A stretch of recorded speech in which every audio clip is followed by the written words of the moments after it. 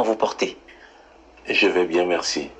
D'accord. Alors, en 2023, justement, il y a une élection qui s'est passée. Vous avez été, on va dire, appartenu au groupe Alternance 2023, plateforme qui avait été mise en place justement pour une candidature unique. Et vous avez été désigné comme l'un des représentants. Aujourd'hui, avec la nouvelle dynamique, le nouveau pouvoir, beaucoup de vos amis d'ailleurs de cette plateforme ont été sollicités dans la plupart de certaines institutions, d'autres au gouvernement. Quel type de relation, sinon quelles sont les relations que vous entretenez avec vos amis de la plateforme aujourd'hui? Alors, avant de répondre à votre question et votre préoccupation par rapport à mes amis d'Alternance 2023, j'aimerais revenir à l'entame de votre émission. D'accord. Vous m'avez appelé professeur Albert Ondoosa. Et j'imagine que tous ceux qui font les interviews, c'est comme ça qu'ils m'appellent. Mais non. Non. Vous devez m'appeler président Albert Ondoosa. Parce qu'à la limite, j'ai l'impression que tout le monde a peur, on a peur des militaires. Je ne suis pas professeur. J'ai été élu. Et cette élection a été consacrée par la proclamation des résultats. Donc, généralement, quand je suis interviewé, c'est pas à ma qualité de professeur, je suis désolé. C'est parce que je suis quelqu'un qui a gagné les élections, il faut le dire, jusqu'à ce qu'il y ait une nouvelle élection. Qu'on aime Ondoosa, qu'on ne l'aime pas, qu'on veuille traiter avec lui ou non, c'est Albert Ondoosa qui a été élu par le peuple gabonais. Et pourtant, le CGE avait été... Et généralement, il y a les résultats qui ont été donnés. Sauf que la procédure de proclamation n'est pas allée jusqu'au bout. Mais aujourd'hui, en attendant d'avoir une nouvelle élection, c'est Albert Ondoosa qui est le président élu. Donc je commence par là. Et généralement, quand je vois que tout le monde, il y en a qui se cachent pour pouvoir me dire, monsieur le président, mais ils ont peur des militaires. C'est comme si les militaires étaient dans leur cuisine, dans leur poche, partout.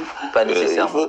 C'est de l'autocensure. Et je trouve que cette autocensure est injuste. Si nous voulons construire notre pays, commençons à mettre les choses à leur place. Et la chose à sa place, c'est qu'un monsieur a été élu le 26 août 2023. Et ce monsieur, c'est Albert Ondoosa. Commençons par là. Maintenant, vous me parlez de mes collègues de d'Alternance 2023. J'ai pas de problème avec eux. Aucun problème avec eux. Puisque dès lors que les militaires sont venus par une révolution de palais qui a été décidée par le clan Bongo et les extrémistes du Haut-Ogooué, à la suite des résultats, dès lors qu'ils ont vu les résultats, ils se sont dit tout sauf Ondoosa. Donc il n'y a pas de coup de libération. C'est encore une autre contre-vérité. Donc ce qu'il faut dire, c'est que véritablement, les militaires, à la faveur d'une révolution de palais, orchestrée par les extrémistes de Batéké d'une part, le clan Bongo d'autre part, c'est de la réalité. Et tous ceux qui ont participé à cette réunion, je les connais. Un homme d'État à un certain niveau a une obligation de réserve. Pour le moment, j'ai une obligation de réserve. Le reste là, c'est des histoires fabriquées qui n'ont rien à voir avec la réalité. Bon, maintenant, je vais vous dire, à la suite de la révolution de palais des militaires, effectivement, qu'est-ce qui s'est passé? Nous, on s'est réunis à Alternance 2023. Nous nous sommes retrouvés et nous avons analysé la situation. Et il y a eu deux points de vue différents. Le point de vue majoritaire, c'est que les militaires sont là. C'est une situation de fait. Il faut leur accorder le bénéfice du doute. Il faut travailler avec eux, le temps de voir. Et véritablement, s'il y a des corrections à faire, on peut faire des corrections à l'intérieur. C'était le point de vue majoritaire. Mon point de vue était différent. Je suis un démocrate. Je ne m'accommode pas avec des coups d'État, avec des situations de fait. Je suis sur des situations de droit. Et nous nous sommes bien entendus, vous pouvez partir. Moi, jamais je ne franchirai ce pas-là, parce que c'est comme si je me reniais. Voilà la réalité. Et depuis qu'ils y sont, effectivement, nous n'avons plus de contact fréquent, direct, mais quand on se voit, on se salue, on se retrouve, on se parle, surtout, on se parle pour certains d'entre eux, et tous, nous avons espoir de nous retrouver dès lors que l'ordre républicain sera établi. Donc je n'ai aucun problème avec eux. Chacun d'entre nous est tout à fait libre de choisir la voie qui lui semble la meilleure. Moi, j'ai choisi la voie qui me semble la meilleure. J'y suis et j'y reste. Voilà.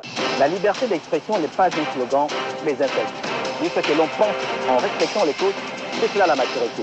Vous êtes un expert en politique, l'économie c'est votre domaine, l'entrepreneuriat est ce qui vous passionne le plus. C'est dans cette optique que Alpha Télévision a créé pour vous l'émission Tête-à-Tête. Un tête-à-tête pour vous pendant 25 minutes pour éclairer l'opinion. Et ça se passe tous les jeudis sur Alpha Télévision à partir de 19h. Passez le message.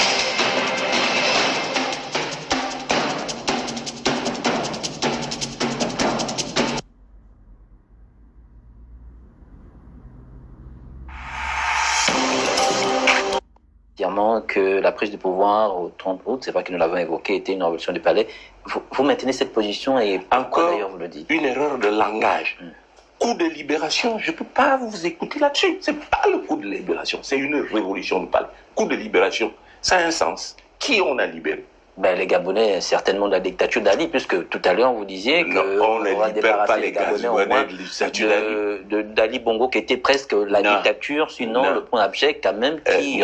non. Ils n'ont pas libéré le Gabon, les Gabonais du statut d'Ali. Non, Ali était déjà tombé le 26 août.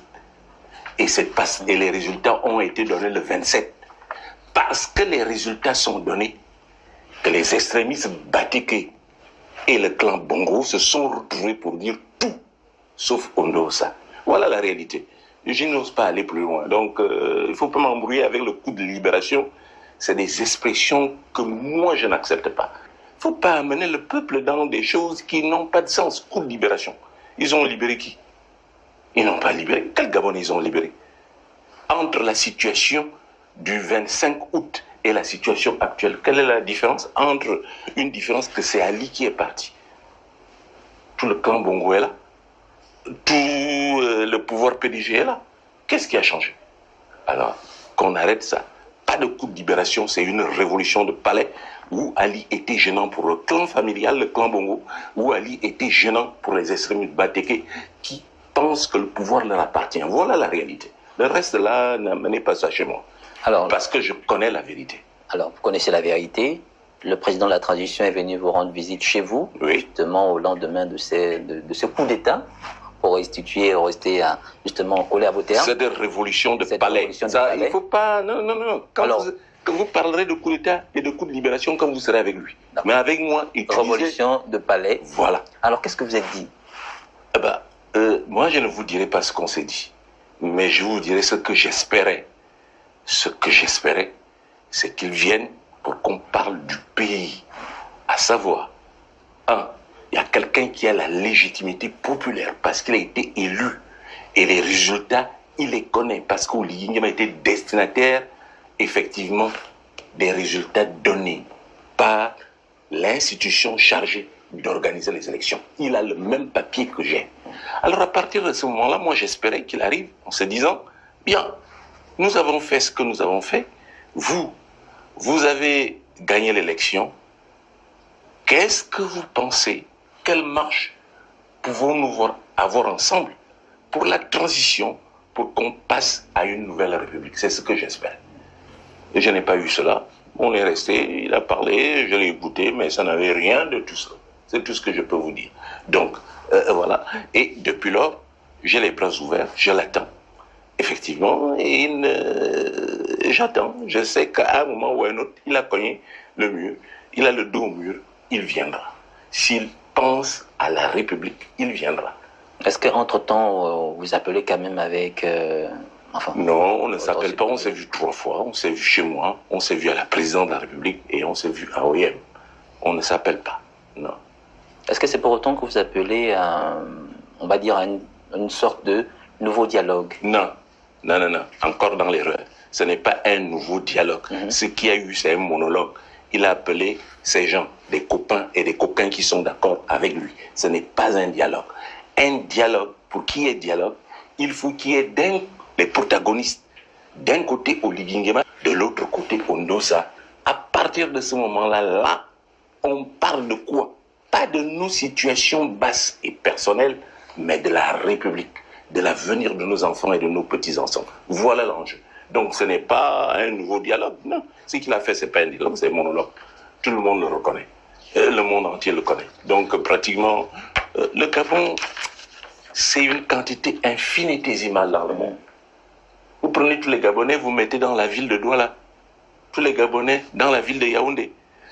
Yopougon, un quartier d'Abidjan, vous prenez tous les Gabonais. Yopougon est plus peuplé que la majorité, que tous les Gabonais. Alors ça veut dire que c'est une quantité infinitésimale. Bonjour à tous, c'est avec un réel plaisir que nous venons vers vous. Véritablement, le pouvoir politique a été changé. Non. Les PDG sont là partout.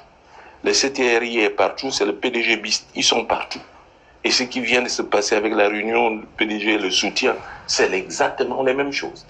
Aussi bien, quand on regarde effectivement les discours, qu'on écoute les discours et qu'on regarde les faits, on se rend compte que rien n'a changé. C'est toujours la même chose au plan politique. C'est le PDG, c'est la suprématie du PDG. Maintenant, au plan sécuritaire, c'est ceux qui gardaient Ali Bongo hier, qui gardaient Bongo hier, qui sont autour de l'imam aujourd'hui, c'est les mêmes. Ça a changé quelque chose? Ça a changé? Non, c'est toujours les mêmes. Au plan économique, hier, Delta Synergie dominait toutes les sphères de l'économie gabonaise. Aujourd'hui, Delta Synergie continue à pomper et à ruiner l'économie gabonaise. Il y a une audit qui a été, on va dire, lancée par le CTRI, qui est en cours. Vous savez, nous sommes en attente de résultats. Le CTRI relance beaucoup de choses. Moi, je ne quand même. Le CTRI, sa particularité, c'est dire une chose et son contraire. Si vous vous en tenez à ce que le CTRI dit, allez-y avec eux. Mais moi, je m'en tiens à l'acte. L'audit est présidé par qui? Vous savez ce qu'on appelle un audit? Moi, j'ai eu le temps de faire des audits dans ma vie. Qui indépendant fait l'audit?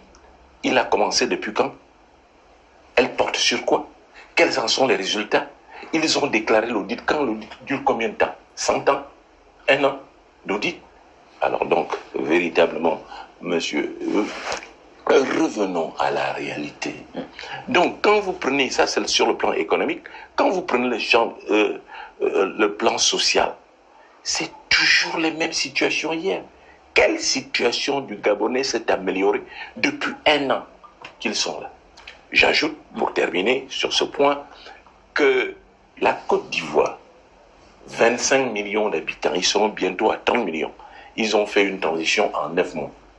Le Gabon a au maximum 1,5 million d'habitants.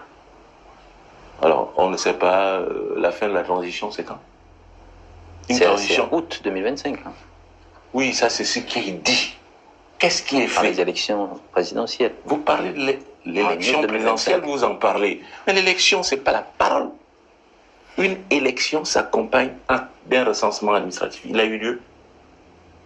Il y a eu le recensement administratif. Il y a eu le redécoupage électoral. Il y a une loi électorale. Elle existe où? Elle dit quoi? Alors arrêtons de jouer. On ne joue pas avec la République. Et ce jeu-là finira par nous rattraper. La liberté d'expression n'est pas un slogan, mais un fait. Ce que l'on... De côté, effectivement, ce pourquoi on est là. Il y a quoi pour l'endettement? Vous avez dit? Il y a quand même, on va dire, en termes d'infrastructure, bien évidemment, hein, on voit les constructions quand même. Quelle des construction? bâtisses, notamment avec quelle construction? des voies Je crois routières, que celui qui était le mieux placé, c'était Alain Coulomb-Visé. Il était très très bien placé. Il n'y a eu aucune construction nouvelle. La majorité des choses ont été faites soit sous Bongo Père, nouées soit sous Bongo Père, soit sous Ali. Je cite une chose. J'étais ministre à l'époque. Le contournement de l'aéroport, nous étions 3 ministres. Je cite Nzingi Zungu, ministre des Transports, et moi qui ai été appelé comme ministre de l'Enseignement supérieur. On a fait cette voie-là.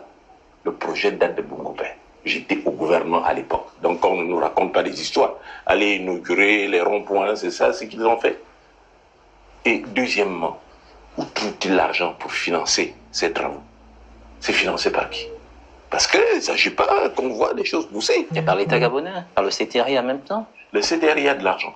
Le CTRI, je vous rappelle, c'est une institution qui est illégale. Ça existe quelque part dans notre constitution ou bien dans... Ça existe le CTRI. Il existe également où? C'est quoi le CTRI? C'est quoi ce machin? C'est un comité de transition pour la restauration des institutions. C'est pas la déclinaison. Le CTRI n'est pas légalement constitué, ça n'existe pas. Dans la constitution gabonaise. Ah bon, ouais. Non, c'est pour que vous éclairez l'opinion qui nous regarde, hein, qui veulent vraiment savoir un peu plus. On a chanté quand même le louange de ce groupuscule. On a toujours chanté les louanges. On chante des louanges de tout. Bonjour à tous, c'est avec un réel plaisir que nous venons. Par un vote, tout le monde s'aligne. C'est ça la souveraineté populaire. Maintenant, la souveraineté économique, je ne sais pas ce que c'est. Je ne sais pas qu'est-ce qu'on met derrière. En toute honnêteté, elle n'a jamais pratiquement existé. Vous trouverez toujours un problème de dépendance échelonné. Le Gabon est moins développé ou dépendant de la France. La France est dépendante des États-Unis, etc., etc., etc. Qui est indépendant? D'autant que nous sommes à une nouvelle ère. Nous sommes à l'heure, effectivement, des supranationalités. Nous ne sommes pas à l'heure, nous sommes à l'heure des interdépendances, parce qu'on dépend toujours de quelqu'un. Un pays qui produit, qui a de la production, il est plus fort qu'un autre qui consomme. Mais un pays qui consomme, il peut dicter la loi à son pays qu'il produit, parce que pour que le pays qui produit, il faut bien qu'il déverse son produit quelque part. Donc on est plus ou moins indépendant. Donc dire que la souveraineté, bon ben ça c'est des termes juridiques qui n'ont pas leur sens sur le plan économique. Nous sommes à l'heure des interdépendances. J'ajoute par rapport à cela que en ce qui concerne précisément à Salah, je dis ce que je fais apprendre depuis des années et que j'ai moi-même appris, c'est qu'une production s'élabore à partir des facteurs de production. Le capital ou les capitaux, c'est-à-dire les moyens financiers ou des biens de production, et le travail, la force de travail. Donc, quand vous dites qu'on a acheté, vous avez acheté quoi? Vous pouvez acheter quelque chose qui ne vous appartient pas. Vous l'achetez comment? Vous prenez l'argent d'où? Alors, parlons précisément du cas d'Assala Énergie. Bien, le Gabon doit payer 800 milliards. 800, l'équivalent de 1,3 million de dollars. Pour acquérir le capital d'Assala Énergie. Où est-ce que le Gabon a trouvé l'argent? On s'est servir d'un trader suisse, Gunvor, qui fait partie des sociétés qui font le trading pétrolier international. Ce n'est pas des enfants de cœur. Et ces sociétés-là ne vont jamais dans des choses de manière furtive. Non, ils y ont intérêt. Donc, vous demandez à une société de vous prêter de l'argent parce que vous n'en avez pas. Et vous demandez qu'il y ait une interface, la société Gunvor. Eh bien, quand elle sert l'interface, qui a vu le contrat? Le contrat est caché. Ce n'est que des mots. Oui, ce n'est qu'un capital qui... Le Gabon est propriétaire dans les papiers. Mais en réalité, le Gabon n'est pas propriétaire. Pourquoi? Parce que le Gabon est allé emprunter de l'argent. Et il s'est servi d'un trader international. On ne sait pas ce que le Gabon donne en retour. Deuxièmement, si on voulait parler de possession des actifs, c'est que les actifs vous appartiennent. Dans combien de temps les actifs appartiendront au Gabon? Il faut attendre qu'on ait fini de rembourser. On va rembourser dans combien de temps? Et pendant ce temps, qu'est-ce qui se passe? Votre production pétrolière sera contrôlée. Votre vente du pétrole gabonais sera contrôlée par Gunvor. C'est ça l'indépendance? Et il n'y a pas que des risques, il y a aussi quand même des bénéfices sur l'amélioration, par exemple, de la recette du budget de l'État, d'une certaine façon. Comment ça éveille? Est-ce que vous m'écoutez bien? Quelle est l'augmentation de la recette? La recette de l'État se mesure sur, la quantité de pétrole vendu et sur le prix du pétrole. $1 de plus, c'est 50 milliards dans les comptes de l'État. Voilà où nous en sommes. Et ça fait partie des hypothèses pour élaborer un budget. Alors, quand vous me dites, vous allez à Salah et ça augmente quel budget? Vous vous endettez? Voilà. Écoutez, moi je vais vous donner une réponse très très simple. Vous êtes endetté, non pas vis-à-vis de l'UGV, mais vis-à-vis de Montbouin. Et on sait très très bien les taux usuraires qui sont pratiqués au quartier, 30%. Alors, dès lors qu'on arrive à échéance, vous n'avez pas péri, les intérêts sont multipliés. Il y a des gens qui se sont suicidés dans les familles. Mais fort heureusement que l'État ne se suicide pas. Mais vous enfoncez le pays en termes réels. Vous augmentez quoi? Quel budget de l'État vous augmentez? C'est quel budget de l'État? Je suis désolé. Président Albert Ondossa, le Gabon, c'est environ 2 millions d'habitants, avec une richesse, un sous-sol assez riche. Qu'est-ce qu'il faut exactement? Quel ingrédient faut-il pour que le Gabon, finalement, si vous me permettez de prendre l'expression, atteigne un certain développement? Alors, ce qu'il faudrait savoir, c'est que, les choses sont simples. On ne fait pas le bonheur de quelqu'un contre son gré. Le Gabon ne peut pas décoller au détriment de la population gabonaise. Soumettez un problème aux Gabonais. On commence par là. Les Gabonais y adhèrent. C'est ce qu'on appelle les externalités politiques. Commençons par la politique. Quand les Gabonais ont adhéré à votre projet, ils vous élisent. Vous êtes président de la République. Dès lors dans les conditions normales, réelles, parce que si c'est faussé, ce n'est qu'une bulle que vous créez. Ali Bongo l'a créé pendant 14 ans, ça a donné quoi? Le Gabon n'a jamais décollé. Alors, donc, donnons l'occasion que le peuple gabonais choisisse son président. Il l'a fait le 26 août 2023. Dès lors qu'il a son président, le président a un programme qu'il a soumis aux Gabonais. Et il le met en pratique. Et moi, j'ai dit que 3 mois après, le Gabonais devait sentir. Parce qu'il y avait telle décision qui devait être prise. Quand vous me posez la question aujourd'hui, mon programme est là et posé. Et Albert Ondossa à la tête, le Gabon pourra décoller enfin? Si Albert Ondossa est à la tête du pays, si on me dit je suis à la tête du pays demain, 3 mois après, les Gabonais vont rire.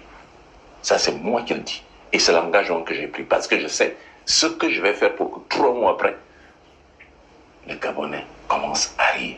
Et 2 ans après, le Gabon va décoller. Ça, c'est ce que je dis. Alors, sur la question du chômage des jeunes, oui. Comment faire pour régler une telle équation? Albert Ondossa sait exactement ce qu'il va faire pour réduire le chômage des jeunes. Maintenant, ce n'est pas Albert Ondossa qui est là.